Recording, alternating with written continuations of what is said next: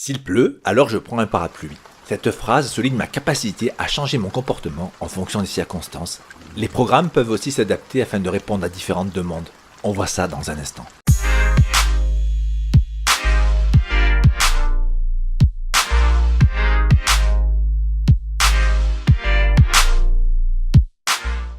Dans la majorité des langages de programmation, la prise de décision se présente sous la forme si, condition, alors, action.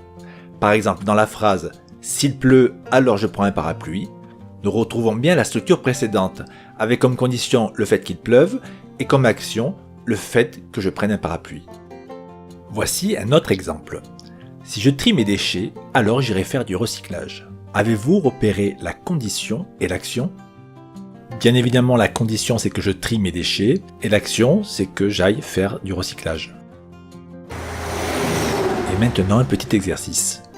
Je vous donne des mots ou des expressions et vous devez inventer des phrases conditionnelles de la forme si, condition, alors, action. Tout d'abord, avoir des enfants, insulter et gagner de l'argent.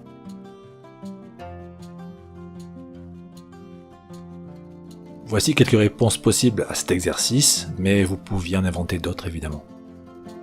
Voyons à présent des structures conditionnelles plus complexes, comme par exemple « S'il pleut, alors je prends ma veste, sinon je prends ma casquette ».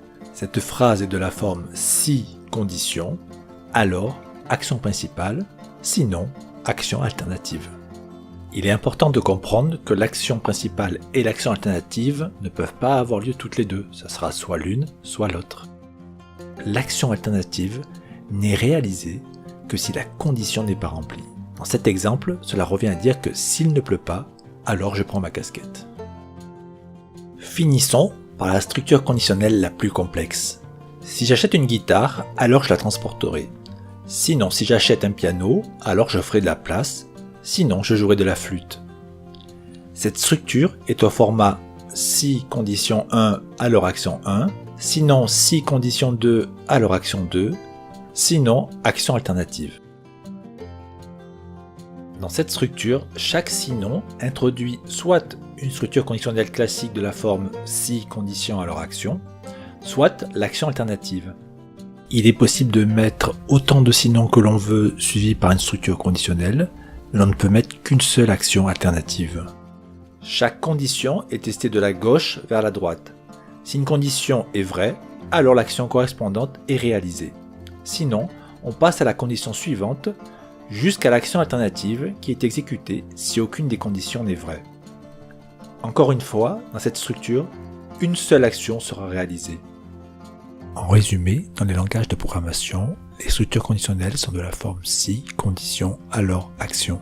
Elles peuvent être suivies éventuellement d'une action alternative et il est possible de rajouter autant de structures conditionnelles secondaires que l'on souhaite.